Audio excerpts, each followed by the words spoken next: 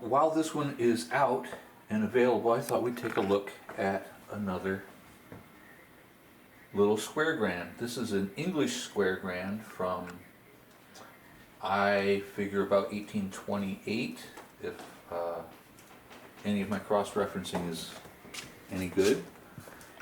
It is a mahogany piano. It was marketed by the company of Wood and Company out of Edinburgh, Scotland, but every indication is that this is a Broadwood square that has just lost its label.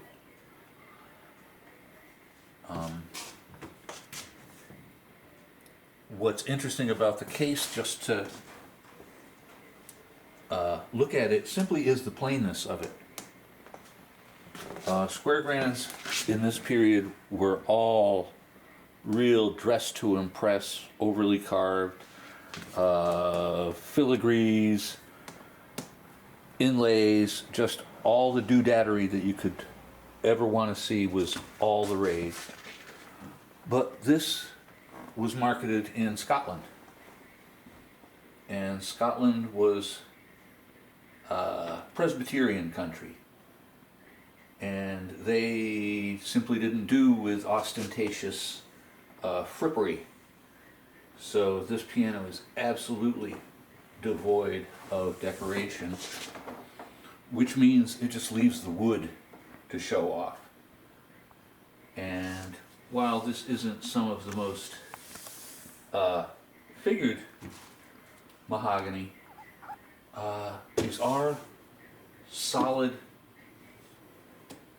chunks of mahogany. There's no real veneer to be found. Some of the cases are boxed in fairly thin material, but that's still almost 1/8 of an inch thick. But we found this in a mover's storage locker. The next stage was it was going into the junk pile. So we grabbed it along with that corrugated plywood piano, or corrugated soundboard square. Anyway, it's not in the greatest of shape, but it was at the time pretty much the oldest piano we had, so we kept it around for that reason.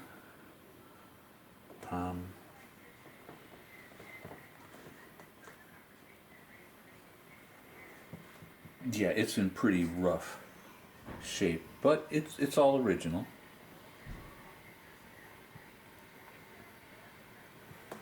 And most of the details are straight out of the book Broadwood. So I think this was made by Broadwood and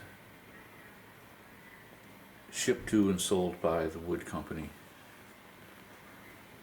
out of Edinburgh.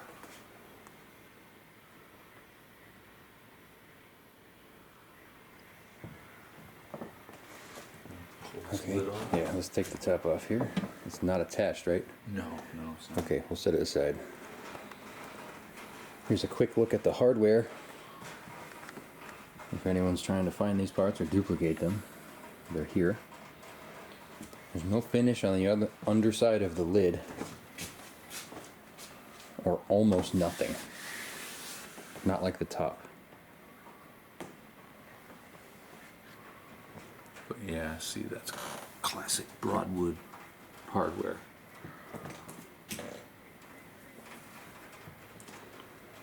Okay.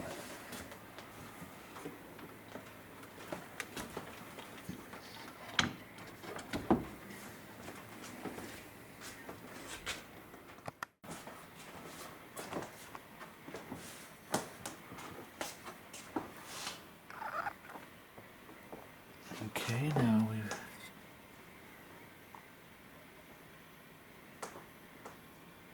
got it open, and it's really a bare bones project in here. It has one hitch pin plate and a single strut, as far as metal reinforcement goes. This was pretty early. This wasn't that long ago that everything here was mounted to a hitch pin rail.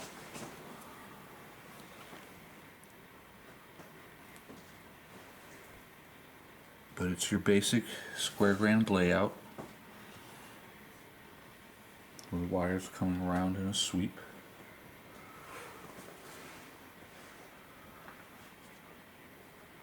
I think the details to look at, if there's much of it left, but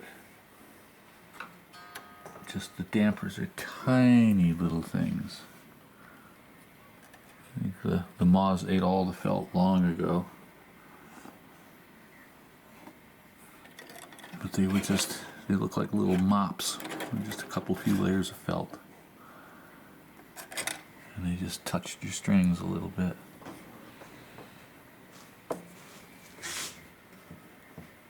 The action is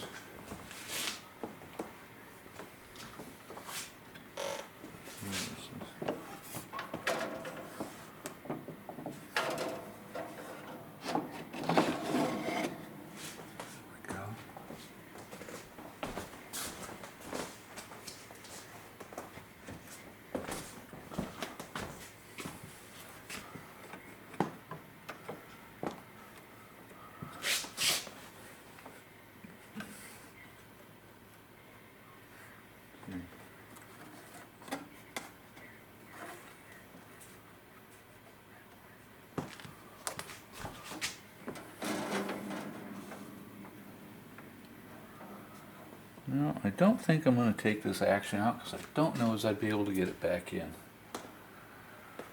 But I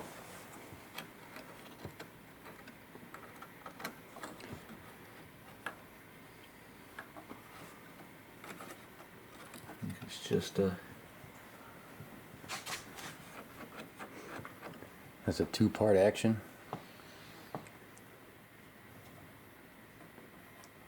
Is that what that is? Yeah, it is. Yeah, it is, because they've got unlike a lot of pianos, the squares, this actually has a little bit of a support out here. And to get around it, they have to split the action to go either side. But,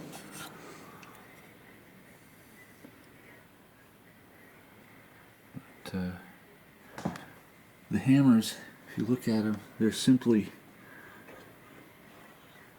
little triangles, wedges of wood, with a couple layers of buckskin wrapped around them.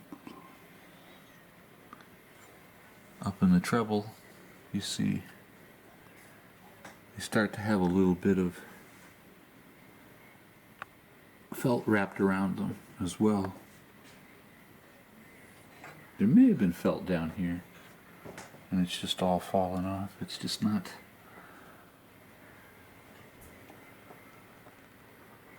there to be found. But this is the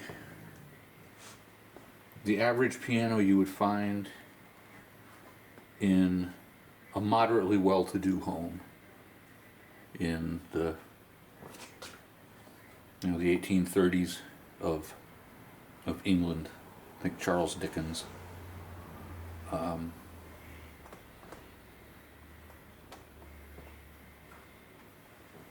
There's a very nicely restored one on YouTube. We'll have to put a link to it. Because they're surprisingly musical. They just have a nice tin canny quality to it. Everything's sweet and bright and rather tiny. But that's what music was played on at that point. So yeah, this piano kind of needs a home. If anybody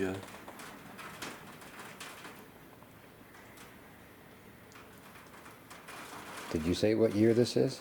1828 is my guess, based on the address on the label. They weren't there for very long.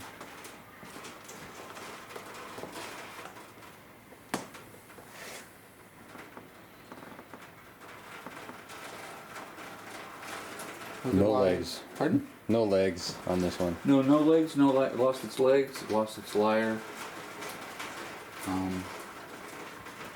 But it does have its music desk, which is integral to the Broadwood, which is nice. Usually broken off. That tucks down in. But, yeah, all this is very Broadwood. And there's little grill works that are missing. Looks like somebody made a replacement over here at some point or another.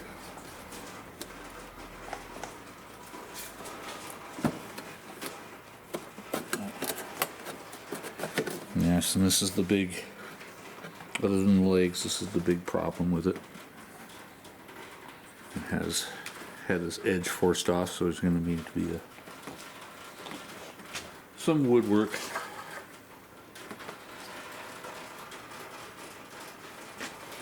The thing is, over here in America, I don't know how rare these are. They were made in large numbers in England, but there's very little reason for this to be over here.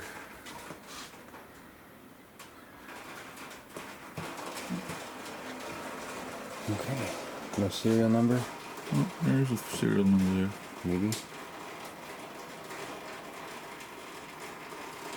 Oh. Yeah, exactly. What do those mean?